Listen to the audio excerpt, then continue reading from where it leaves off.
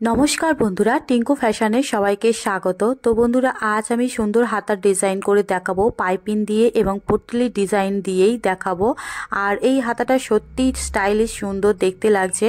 তো আপনারা এই ধরনের ডিজাইনটা যদি করতে চান অবশ্যই ভিডিওটি স্কিপ না করে দেখতে থাকুন। তো দেখুন বন্ধুরা, নর্মালি যেমন হাতার পাট কাটিং করা হয় তেমনটাই আমি হাতার পাটটি কাটিং করেছি। কতটা চওড়া আছে এখানে দেখিয়ে দিই। তো দেখুন এখানে 8.5 ইঞ্চি রয়েছে। যদি 9.5 ইঞ্চি থাকতো, 1 ইঞ্চি বেশি থাকতো, তাহলে আমি যে ডিজাইনটা করব তার জন্য মাঝখানের অংশটা আমার কাটিং করার প্রয়োজন পড়তো না।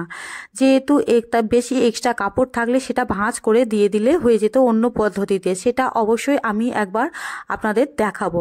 তো আজকে আমি অন্য পদ্ধতিতে করছি। তো মাঝখানের অংশ কাপড় কম থাকার জন্য আমি এখানে কাটিং করে নেব।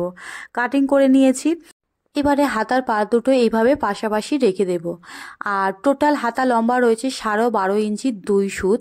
তো উপর থেকে আমি 1 ইঞ্চি মতন বাদ রেখে আমি এইভাবে 1 ইঞ্চি গ্যাপে গ্যাপে কিন্তু এইভাবে দাগ দিয়ে নেব। তো কেননা এখানে দাগ দিয়ে নিচ্ছি সমানভাবেই আমি পুটলিগুলো বসাবো, সেই জন্য এইভাবে দাগ দিয়ে নিচ্ছি। আর নিচের অংশটা আমি একটু গ্যাপ রেখে দিলাম বেশি পরিমাণে।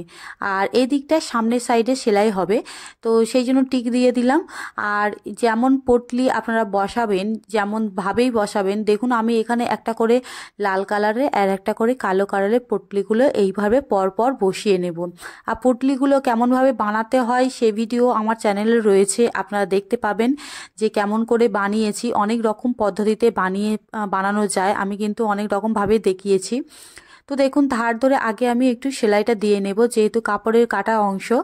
এবারে আমি ফুটলিগুলো আস্তে আস্তে বসিয়ে নেব। তো এখানে আমি সাধারণ সেলাই মেশিনে যেমন ফুট লাগানো থাকে তেমনটাইভাবে বসিয়ে নিচ্ছি। আপনারা চাইলে সিঙ্গেল ফুট ব্যবহার করে নিয়ে লাগাতে পারেন আপনাদের সুবিধা মতন। সিঙ্গেল ফুট দিয়ে লাগালে সেলাইটা করতে সুবিধা হয়, কিন্তু এক্ষেত্রে আমি এইভাবেই বসিয়ে নিচ্ছি। আপনাদের সুবিধা মতন আপনারা করে নেবেন। আর এই যে হাতার ডিজাইনটা করছি, আর এই হাতার ডিজাইনে ব্লাউজ কাটিং ও সেলাই আমি দুটো একসাথে দেখিয়েছি।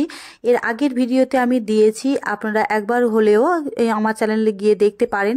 আর যদি ভিডিওটি আপনাদের ভালো লেগে থাকে অবশ্যই করে আমার চ্যানেলটি সাবস্ক্রাইব করে নেবেন। আর যারা করেছেন তাদেরকে অসংখ্য ধন্যবাদ। আর লাইক শেয়ার ও কমেন্ট করতে একদম ভুলবেন না। তো দেখুন এখানে আমি পটলিগুলো বসিয়ে নিয়েছি।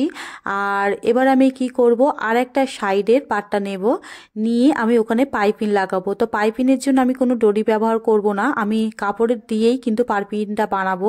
তো এখানে আমি 2 ইঞ্চি চওড়ার আমি কাপড় নিয়েছি। তো একটা সাইডের দিক থেকে আমি এইভাবে দুটো ভাঁজ করে নিয়েছি কাপড়টা, নিয়ে আমি সাইড ধরেই কিন্তু এইভাবে সেলাইটা দিয়ে নেব।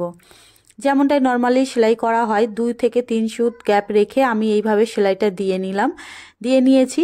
এবার আমি এইভাবে একটু উল্টে দেব। দেখুন এইভাবে উল্টে দিচ্ছি। দেওয়ার পর আমি একটু যতটা সরু আপনারা পাইপিং দিতে চান ততটাই আপনারা দিয়ে নেবেন। বুঝতে পেরেছেন? সরু দিতে চান বা চওড়া দিতে চান সেই মতন দিয়ে নেবেন। তো দেখুন এখানে আমি এইভাবে বসিয়ে নিলাম, নিয়ে উপর দিয়ে আমি সেলাইটা দিয়ে নেব। তো আমি পাইপিংয়ের উপর দিয়ে নয়, ব্লু কালারের কাপড়ের উপর দিয়েই আমি কিন্তু এখানে সেলাইটা দিয়ে নেব।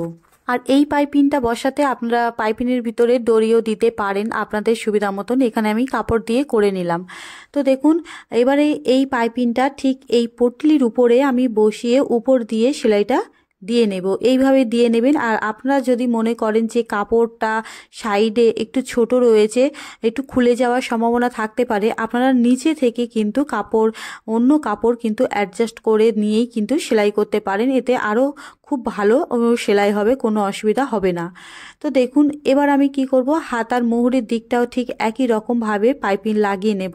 তার জন্য কাপড়টা আবারও আমি 2 ভাঁজ করে নিয়েছি, নিয়ে আমি ধার ধরে এইভাবে 2 সুত মতন গ্যাপ রেখে আমি এইভাবে সেলাইটা দিয়ে নেব। তো দেখুন এখানে আমি সেলাইটা দিয়ে নিলাম। এবারে ঠিক একই রকমভাবেই আমি এইভাবে উল্টে দেব। আর যতটা সরু বা মোটা আপনারা পাইপিং দিতে চান ততটাই দিয়ে নেব। তো দেখুন আমি এইভাবে দিয়ে নিচ্ছি আর উপর দিয়ে একটি সেলাই দিয়ে নিচ্ছি। এইভাবে কিন্তু পাইপিং দিলে খুব সহজভাবেই কিন্তু খুব তাড়াতাড়ি পাইপিং দেওয়া হয়ে যায়, কোনো অসুবিধা হয় না। দড়ি না দিয়েও কিন্তু পাইপিংটা দেখতেও খুব ভালো লাগে। তো দেখুন এখানে আমি সেলাইটা দিয়ে নিয়েছি, আর ফের আরও একটু উপর থেকে আমি আরও একটি সেলাই দিয়ে নেব, তাহলে এখানে কিন্তু কোনো হেম সেলাই আর দিতে লাগবে না, টোটাল সেলাইটা কিন্তু এখানে আমার হয়ে গিয়েছে। তো দেখুন হাতাটা কত সুন্দর দেখতে লাগছে। তো বন্ধুরা আমি যতটা পারলাম আপনাদের বোঝানোর চেষ্টা করলাম। তো আজকের ভিডিওটা আমি এখানেই শেষ করছি। তো সবাই ভালো থাকবেন, সুস্থ থাকবেন।